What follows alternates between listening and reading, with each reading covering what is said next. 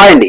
చూసుకుంటే కనుక మొన్న రేవంత్ రెడ్డి మాట్లాడిన మాటలు కూడా చాలా కూడా చర్చనీయాంశంగా అని చెప్పేసి మనం మాట్లాడుకోవచ్చు. చూసుకుంటే కనుక ఉద్యోగుల్ని ఉద్దేశించి మాట్లాడిన క్రమంలో చూసుకుంటే కనుక రేవంత్ రెడ్డి చెప్పిన విషయం ఏంటంటే తెలంగాణ అప్పులో ఉంది, తెలంగాణ పరిస్థితి చాలా దారుణం ఉంది, తెలంగాణ ప్రజలు తెలంగాణకు సంబంధించిన అధికారులు ఎవరైనా బ్యాంకర్ దగ్గర పోతే దొంగల్ని చూస్తున్నారు అని చెప్పేసి కూడా రేవంత్ రెడ్డి చెప్పిన మాటలు కూడా బీభత్సంగా ట్రోల్ అవ్వడం జరుగుతుంది.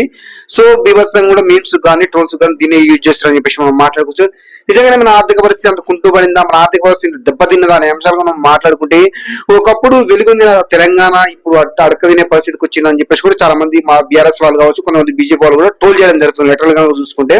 సో మనం ఇక్కడ వీడియో విజువల్ చూసుకున్నాం అర్థమవుతుంది. సో మరి ఇప్పుడు మన దిగజారిపోయినాం, సో మనం అడక తినే పరిస్థితిలో ఉన్నాం. సో సింగిల్ రోడ్డు మీద తారేద్దని కూడా తెలంగాణ సర్కార్ దగ్గర డబ్బులు అని చెప్పేసి రేవంత్ రెడ్డి చెప్పిన విషయం కూడా చాలా కూడా ట్రోల్ అవడం జరుగుతుంది. లెటర్ మాట్లాడుకుంటే బీఆర్ఎస్ సోషల్ మీడియా కావచ్చు, బీజేపీ సోషల్ మీడియా కావచ్చు, ఏకీపారస్ అని చెప్పేసి మనం మాట్లాడుకోవచ్చు.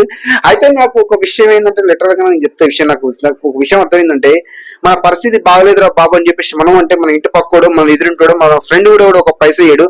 అలాంటి మన రాష్ట్ర ఆర్థిక పరిస్థితి బాగాలేదంటే మనకి ఏ బ్యాంకర్ నమ్మి అప్పిస్తారని చెప్పేసి కూడా చాలా మంది కూడా విమర్శకులు కూడా చాలా మంది విశ్లేషకులు కూడా మాట్లాడడం జరుగుతుంది. మరి నిజంగానే మన తెలంగాణ అప్పు ఉంది, తెలంగాణ రాష్ట్రం బాగలేదు, సో తెలంగాణ ఆర్థిక పరిస్థితి బాగలేదు, ఇది జీతాలు ఇచ్చే పరిస్థితి లేదు, సో మనకు నెలకు వచ్చేసి ఒక 22,000 23,000 కోట్లు కావాలి, కేవలం 18,000 కోట్లు ఉన్నాయి, నన్ను ఏం చేయమంటారు అని చెప్పేసి రేవంత్ రెడ్డి అన్న బ్యాంకులపై కూడా చాలా దుమారం రేపుతుందని చెప్పేసి మనం మాట్లాడుకోవచ్చు. లెటర్లు కనుక చూసుకుంటే మామూలుగా చూసుకుంటే బీఆర్ఎస్ సోషల్ మీడియా మాత్రం ఏకీపారుస్తుందని చెప్పేసి మనం మాట్లాడుకోవచ్చు.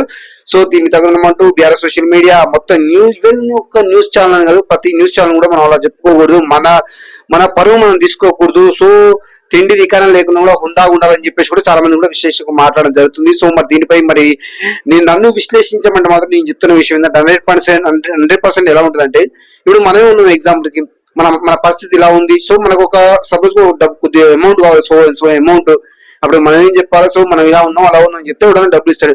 నా పరిస్థితి బాగలేదు, నేను ఇలా ఉన్నా అలా ఉన్నా, ఇన్ని అప్పు చేసిన అదమ్మి ఐదమ్మి అంటే ఊని అమ్మ వీడి ఇన్ని అమ్మిండా, సో వీడికి మనం అప్పులు ఎందుకు ఇవ్వాలని చెప్పేసి చాలా మంది కూడా ఆలోచించి అప్పులు ఇవ్వలేని పరిస్థితి ఉంటుంది.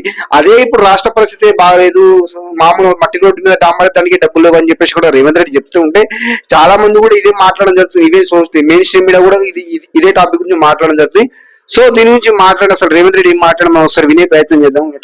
రాష్ట్రం ఆర్థికంగా బాగా లేదు, అప్పు పుడతలేదు, అనా పైసా ఎవడు ఇస్తలేడు, ఎవరినైనా కలవడానికి పోతే బ్యాంకర్లు దొంగలను చూసినట్టు చూస్తున్నారు తెలంగాణ రాష్ట్ర ప్రతినిధులను. ఎవడు ఢిల్లీకి పోతే అపాయింట్మెంట్ కూడా ఇస్తలేడు, వీడు వస్తే చెప్పులు కూడా ఎత్తుకుపోతాడేమో అన్నట్టుగా. ఇవాళ చిన్న చిన్న గ్రామాలకు రోడ్లు వేయాలంటే అనా పైసా లేదు, పాత రోడ్ల మీద డాంబర్ వేద్దామంటే కూడా రూపాయి లేదు. రాష్ట్రం మొత్తం ఆర్థికంగా దెబ్బతిని ఉన్నాము. అప్పు పుడితే నేను కూడా ఏదో ఒకటి చేసి తెచ్చిచ్చేటోను, అప్పు పుట్టట్లేదు, ఎవడు బజార్లో నమ్మడం లేదు. నన్ను కోసినా కూడా 18,500 కోట్ల రూపాయల కంటే ఎక్కువ ఆదాయం లేదు. ఏం చేస్తారా ఆయన చెప్పు.